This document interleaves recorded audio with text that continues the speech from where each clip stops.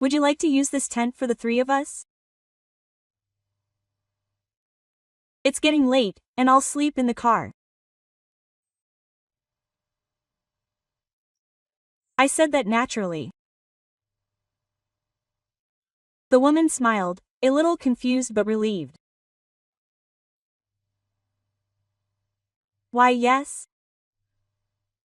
Thank you. It was pitch black outside, and she was wondering what to do with the two of us.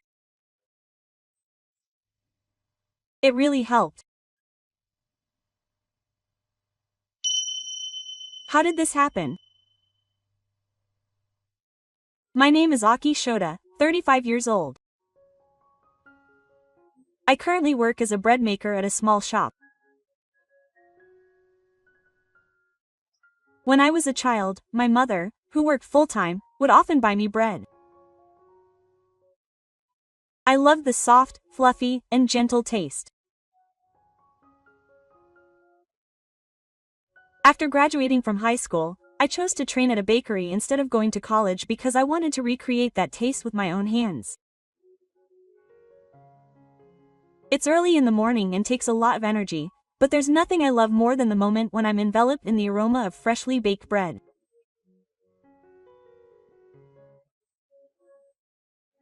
I'm still a beginner, but I work with flour every day and work hard every day to make my dream of owning my own shop come true.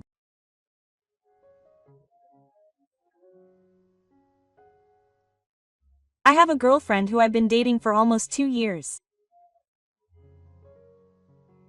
I work on weekends too, and because I get up early in the morning, I go to bed early too. We often drift apart, but she's a kind person who supports me without complaining.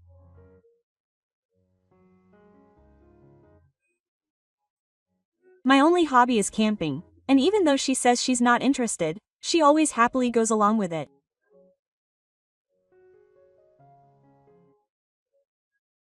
The day when my dream of owning a shop comes true is probably still far away, but I feel like I can get through any day with her. That's why I've decided. I want to be with her forever. I'm going to tell her how I feel in front of the campfire. I proposed to her by the tranquil lake where we'd camped before. I bought a ring and carefully prepared for camping. When I finally had a day off, I asked her to go camping, and she said, even though it's still cold, yeah. I want to go. The stars were so beautiful there, with a small smile.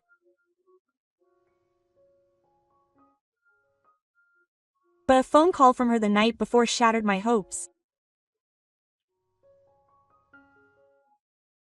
I loaded my sleeping bag, lantern, and other usual gear into the car, excited to wake up early the next day.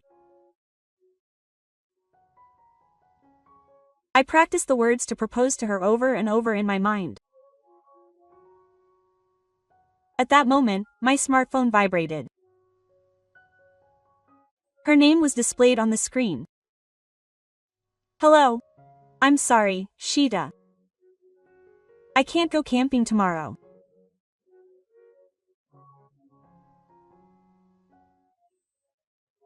The voice on the other end of the phone was a little hoarse, not as cheerful as usual. Huh? Are you okay? Are you feeling unwell? Yeah, I feel a little feverish, and I think it's just the cold. I might be able to go if I push myself, but I don't want to pass it on to Shota. Oh, don't worry about it at all. Get some rest and get better. Should I buy some jelly? Yeah, I'm fine. I don't want you to come over, and I think you'll get better if you sleep. Yeah. Then just get some rest and don't worry about it. A cold sense of peace spread deep in my chest as I thought about it.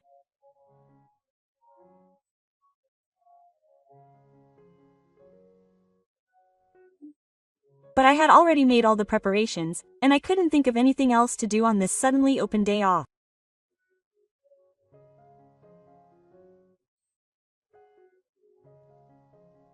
After much deliberation, I decided to go camping alone, telling myself that I might as well go by myself. It's a shame, since I was planning to propose, but it can't be helped if I'm not feeling well. The next day, I left the house a little late in the morning and stopped at a supermarket on the way to buy some ingredients. I wandered around the food section, throwing one thing after another into the bag.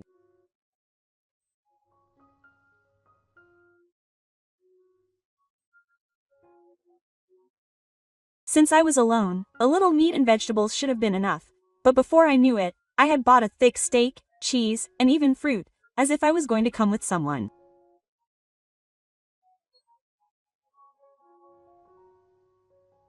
It's okay to splurge a little once in a while.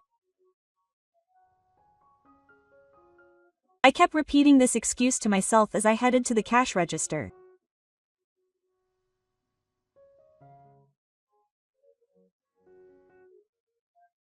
I tried to fill the quiet loneliness that was spreading with the bulging shopping bag, but as I was about to leave the store after paying, a familiar back figure suddenly appeared on the bridge in my field of vision.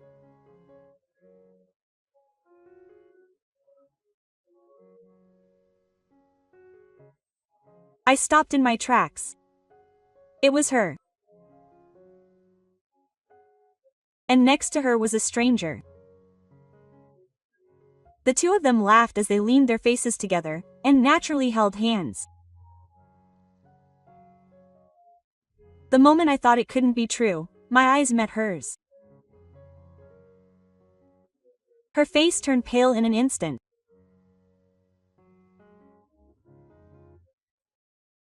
And when the man whispered something, she ran up to me, lips trembling, as I stood there, stunned.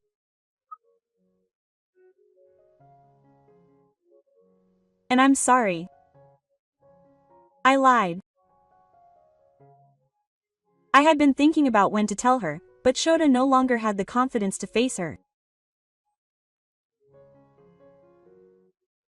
Are my feelings only for that person anymore? Huh? Her unexpected words pierced my heart, making my throat catch. Anger and sadness mixed together, and I couldn't speak.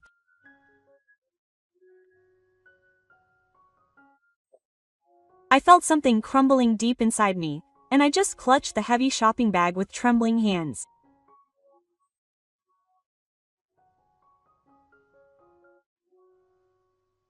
Well then, she said, turning her back on me and running toward the man. I'm sorry. I'm your friend from my previous part-time job. Let's go quickly, quote. I could hear her cheerfully calling out to the man standing there with a solemn expression. Then, as if nothing had happened, she wrapped her arm around him and drove away. After that, I almost unconsciously got into the car, started the engine, and grabbed the steering wheel. Leaving words and emotions behind, I simply followed the navigation and stepped on the accelerator. Our destination was the campsite as planned. The flowing scenery and the blue sky seemed like events from somewhere far away.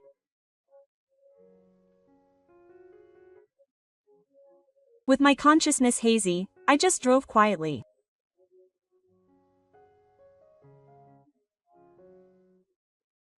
That night, under the light of the campfire, I ate the ingredients I had bought for the meal and drank alcohol. What had happened to make it like this? The girl I was supposed to propose to had left with another man. This sad fact was hard to accept right away.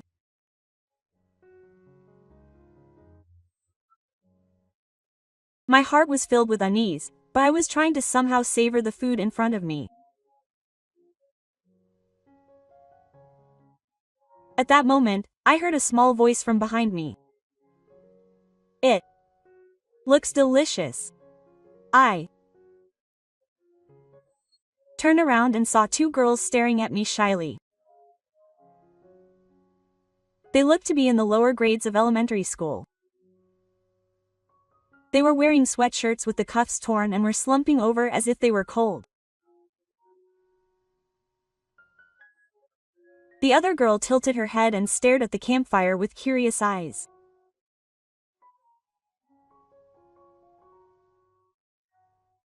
Then, a woman wearing tattered clothes hurriedly chased after them from behind. Her hair was disheveled around her shoulders, and her face showed signs of fatigue and anxiety. "I'm sorry, my child." The woman bowed her head apologetically.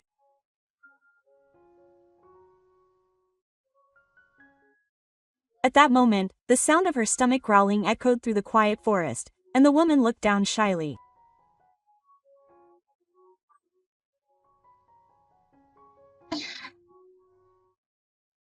"Mommy's stomach growled, didn't it?" The girl laughed and clapped her hands. "I'm hungry too." The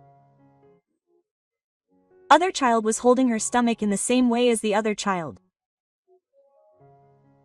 Seeing this, I immediately spoke up. "Would you like to eat with us?" The woman hesitated a little, but the children exclaimed, "Ah, this meat looks delicious. Let's eat." Quote. They carefully took the plate I offered with both hands and exclaimed,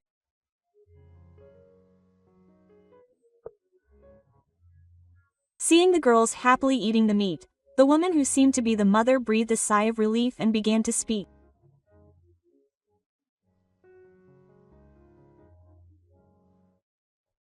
"Actually, we had set out with the intention of going on a picnic, but we got lost along the way and ended up here before we knew it.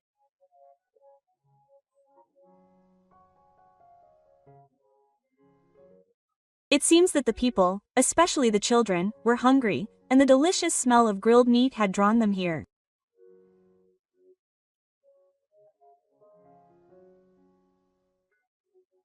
She firmly grasped the plate I offered and smiled. "This really helps. I'm sorry for being so arrogant. I'm Maki. My sister is Saw. My mother's name is Irina. Isn't that a cute name?" As we were talking, the girl introduced herself with a smile. "Maki-chan, Sake-chan, and Irina-san, huh? My name is Akashita. Nice to meet you. Shita-kun." Nice to meet you. When I saw the innocent smile of the cute Maki-chan, something warm spread deep in my chest. I had been feeling gloomy and depressed for a long time, but I felt a little relieved by their cheerfulness. "Would you like to use this restaurant for the three of us as a family? It's getting late, and I'll sleep in the car." I said this naturally. The woman smiled, slightly confused but relieved. "Why, yes. Thank you."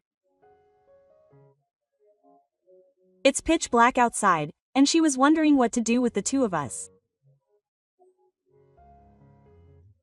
"It really helps.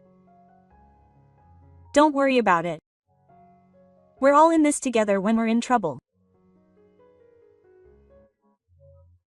I say things that sound reasonable, but in reality, I'm just lonely.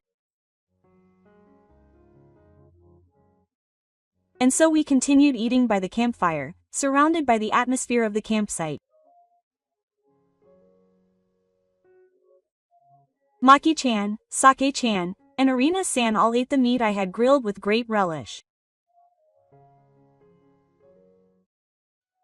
Arina-san, although she looked tired, was gradually regaining her smile. Food eaten in nature can be so delicious. That's right. I think the best part of camping is the natural air and the food we eat by the campfire.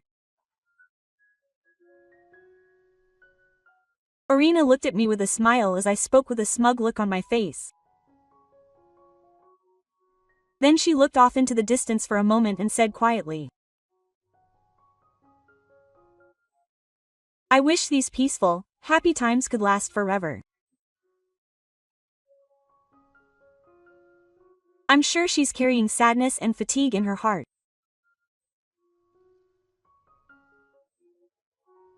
But her eyes, which seemed to be trying to find a ray of hope, naturally made my heart tighten.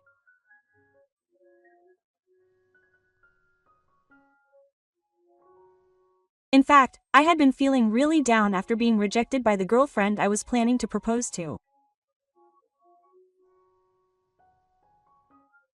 Before I knew it, I had confided my feelings to Arina. Arina nodded gently and spoke softly back. "I see. That must have been tough. But it must have been fate that we met like this." I felt my heart lighten a little at those words. Yes. That's right. Thank you so much. I'm grateful for the time I get to spend with you all having fun like this. As the night blew, the children had quietly closed their eyes in the tent.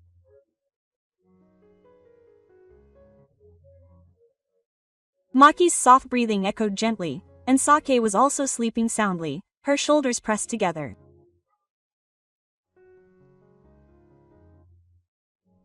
Arina gently stroked their hair and smiled softly. As I gazed at their peaceful, wishing faces, I felt a warm sense of peace spreading in my chest. That night, we talked quietly around the campfire. The loneliness deep in my chest began to ease a little. The next morning, the air was a little chilly, and my breath turned white.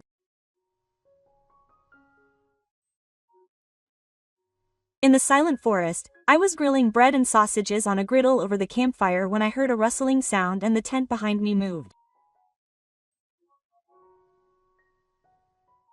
When I turned around, Maki and Sake were peeking out, their faces half asleep. "Good morning. You're up early." They came closer, mumbling as they went. I thought it was dangerous to be near the fire, but I noticed the stuffed animal that Sake was holding so carefully. "That's cute. A stuffed dog?" "Yeah. His name is Ken-chan. It was the treasure from earlier, right? We always sleep together." "Taka. Then Ken-chan, let's have breakfast together. Come here." When I said that, Sake-chan and Maki-chan smiled and sat down in front of the campfire. "It smells good. The bread looks delicious. I love bread." Sake-chan sniffed and stared at the toasted bread. "This is the bread I made. I work at a bakery." Maki-chan and Sake-chan stared at me and the bread with wide eyes. "A bakery? That's nice." While we were having this conversation, Arina-san came out from the tent in the back. She pushed her hair back, looking a little sleepy, and opened her eyes wide in surprise when she saw us. "Oh, no, I'm sorry. I told you, I slept more soundly than the kids and caused you trouble." "No, it's not like I'm causing you trouble. If you don't mind, please come with us."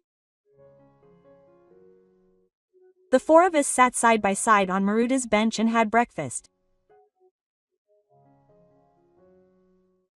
Freshly baked bread and crispy sausages.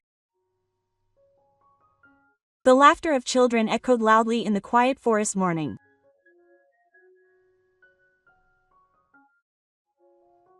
After dinner, we cleaned up and folded up the tent, and I drove the three of them to the bus stop. It was a short time, but I felt strangely nostalgic. "Thank you so much for all your help." Just before getting out of the car, Irina smiled. "I run a small fish farm. Please come and eat some food sometime." She said this and handed me a note with the name of the shop, its address, and a phone number.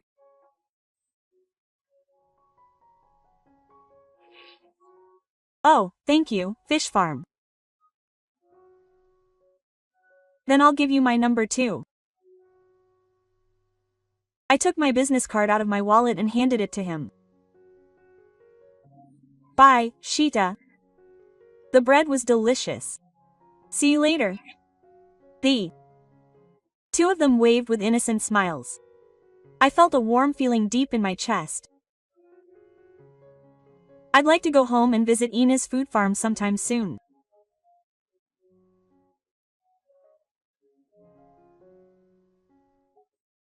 As I was unloading the luggage in the car while thinking about this, I noticed an unfamiliar brown object lying under the back seat.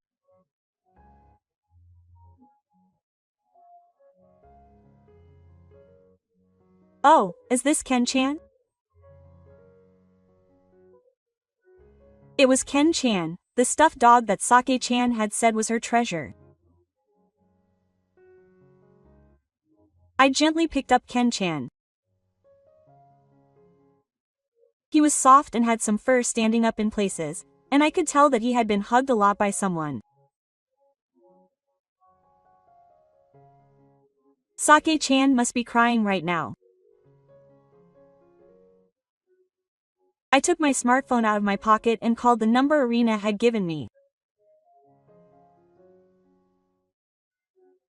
Just as I had thought, Sake-chan started crying when she noticed Ken-chan was gone. I was just about to call Shita-san. I forgot it in the car. I'm sorry. I'm sorry for the inconvenience. Ken-chan just said that he was with Shita-san after all.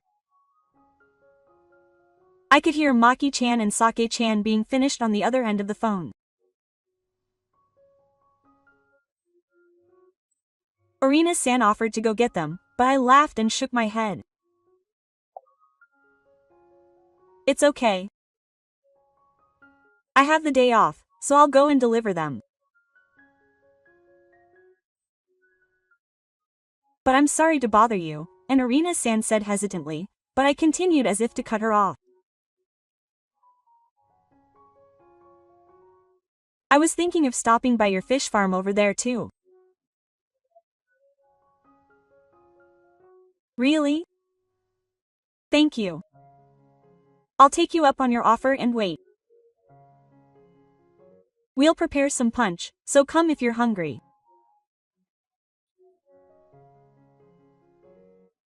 Irina smiled brightly on the other end of the phone. The next day, I entered the address Irina had given me into the navigation system and headed for the fish farm. On the outskirts of town, a small shop stood alone, closer than I had expected. There was a handwritten sign on the wooden sign. It was a little faded, but it had a warm feel to it. When I went inside, I found myself in a clean space with a nostalgic smell. Welcome back, Shida.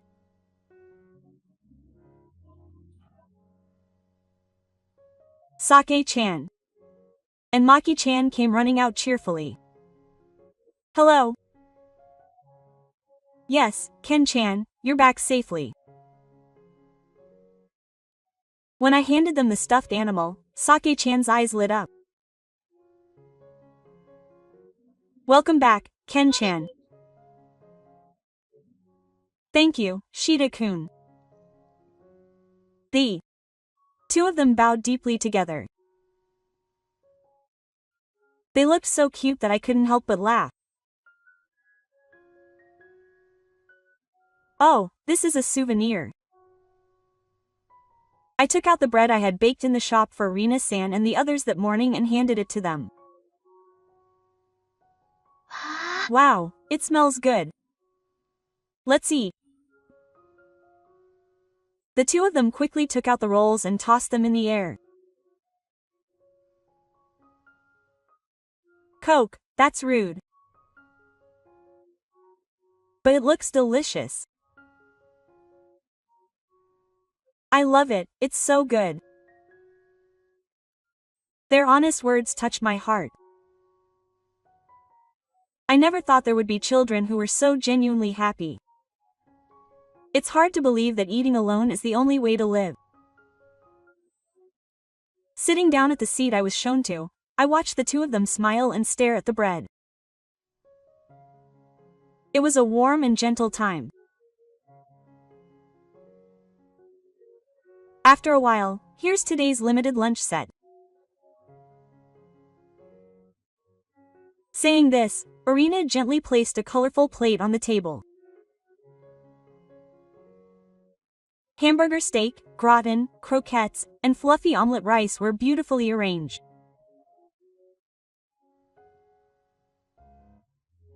Please enjoy your meal. Her voice warmed my heart.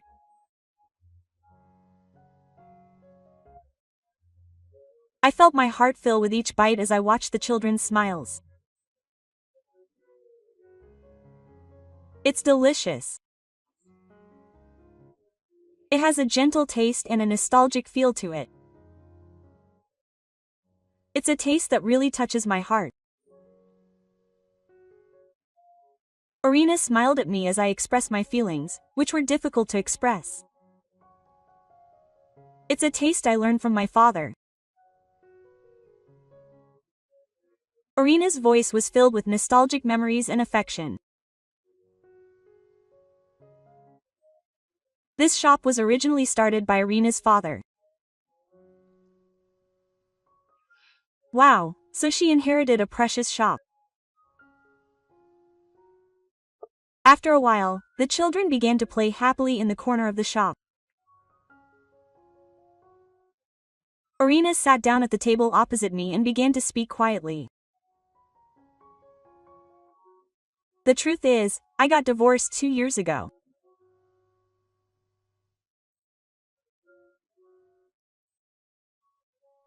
My father started this shop 5 years ago, and he and my mother ran it together when things were tough. But my mother passed away 6 months ago, and things are getting tough financially, so I think the children have been putting up with a lot.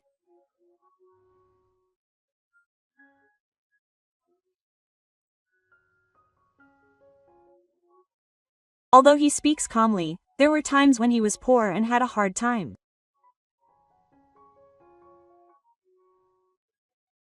But for the sake of his children, he can't stand still, so he's determined to keep working hard with hope.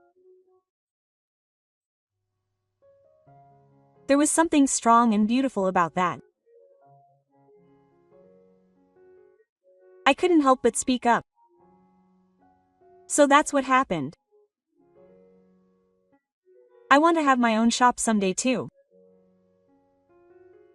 My dream is to make everyone happy with bread that only I can make. I had never told anyone about my dream before, but it just came out naturally. What a wonderful dream. Shida's bread is so delicious, I'm sure it'll become a popular shop in no time. Irina smiled and encouraged me. Her words made me feel a sudden lightness in my chest. I never imagined that talking about my dreams would bring such warm feelings.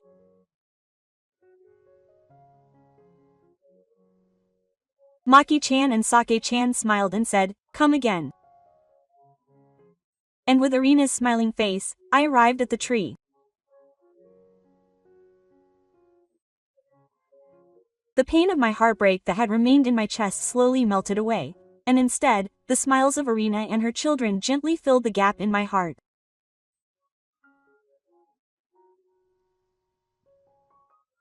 That day, I happened to meet Irina and her family at the campsite.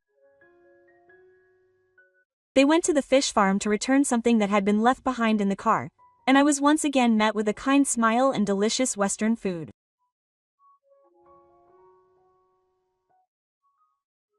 After that, I started visiting the fish farm many times, and the distance between me and Irina gradually narrowed. A few months passed, and the season changed to spring. One day, when I visited the shop as usual, I saw a man talking to Irina in a friendly manner across the counter. It was the first time she had ever seen someone smile like that. A sharp pain pierces the depths of my chest.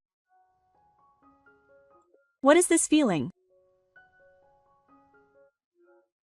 I sit quietly in my usual seat and observe their behavior. Irina's voice speaks cheerfully and happily. The man laughs heartily. Could it be that he is Irina's boyfriend after all? After a while, the man waves his hand and leaves the store with a grin. Still feeling uneasy, I clear my stomach and ask Irina, "Is that guy from earlier really that nice? Is he perhaps your boyfriend?" Irina looks surprised for a moment, then bursts out laughing. "He's actually my childhood friend. He's the son of a farmer, delivers vegetables to my house, and is married to my best friend. We're having a baby soon, so I'm overwhelmed with happiness." Oh, really? My shoulders relax involuntarily, and I let out a sigh. I'm a little jealous. Irina blushes at the words that suddenly come out of my mouth. If someone said that to me, I'd be embarrassed. But somehow, I'm happy. I can't believe Shida is jealous. That's what I said, smiling shyly. Irina-san. That was the beginning.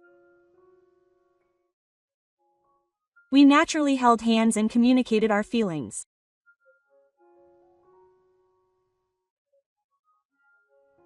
Maki-chan and Sake-chan immediately noticed the change in our relationship and were jumping up and down with joy, right? Hey, why don't we put Shida's bread and Mom's hamburgers together in the shop? That's right. Mom and Shida are good friends. Shida's bread will be happy if we put it together with Mom's hamburgers. We looked at each other and laughed at that innocent suggestion. I see. That might be a good idea. I'll talk to the manager about it. The manager of the bakery where I work kindly agreed.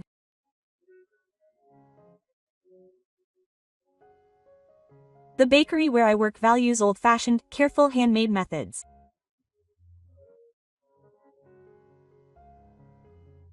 We also value our connections with the local community, and sometimes we would deliver bread to other restaurants.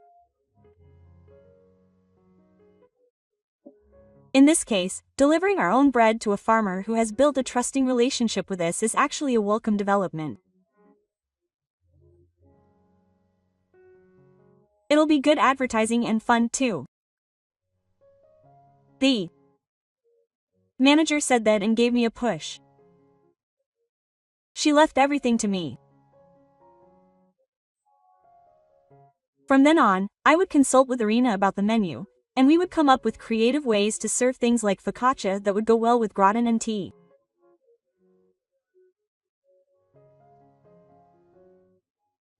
That's how I started baking and delivering bread that suited Irina's shop. Word of mouth gradually spread, and Irina's shop began to attract attention as a Western restaurant with delicious bread.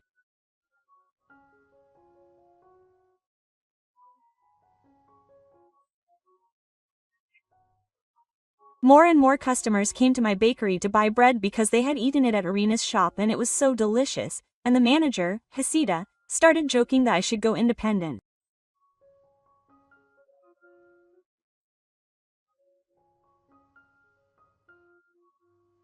And then, exactly 1 year later, on a spring day, I made up my mind. I think I'm going to open my own shop.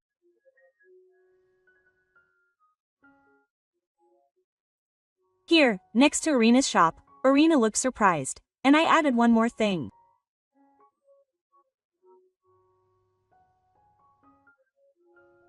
Irina, will you marry me?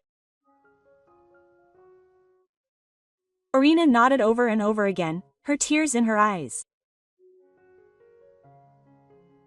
I can't count the number of times Irina's kindness and cheerfulness helped me in my daily life.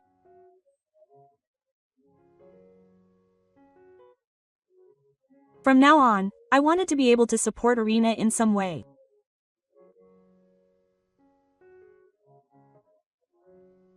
And time has passed, and now I bake bread every day at a small bakery next door to the warm Western restaurant run by Irina.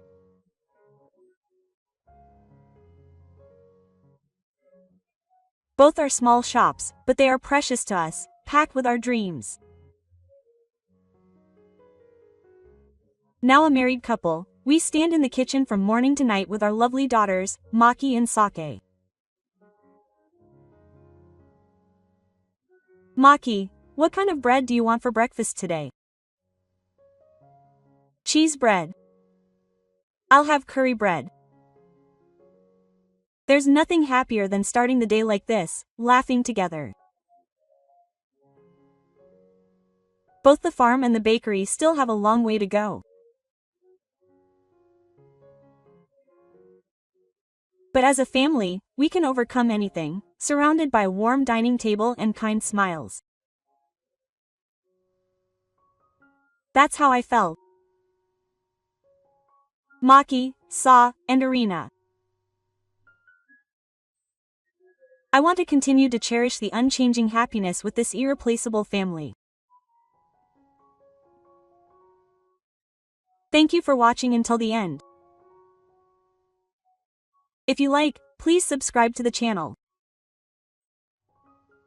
See you in the next video.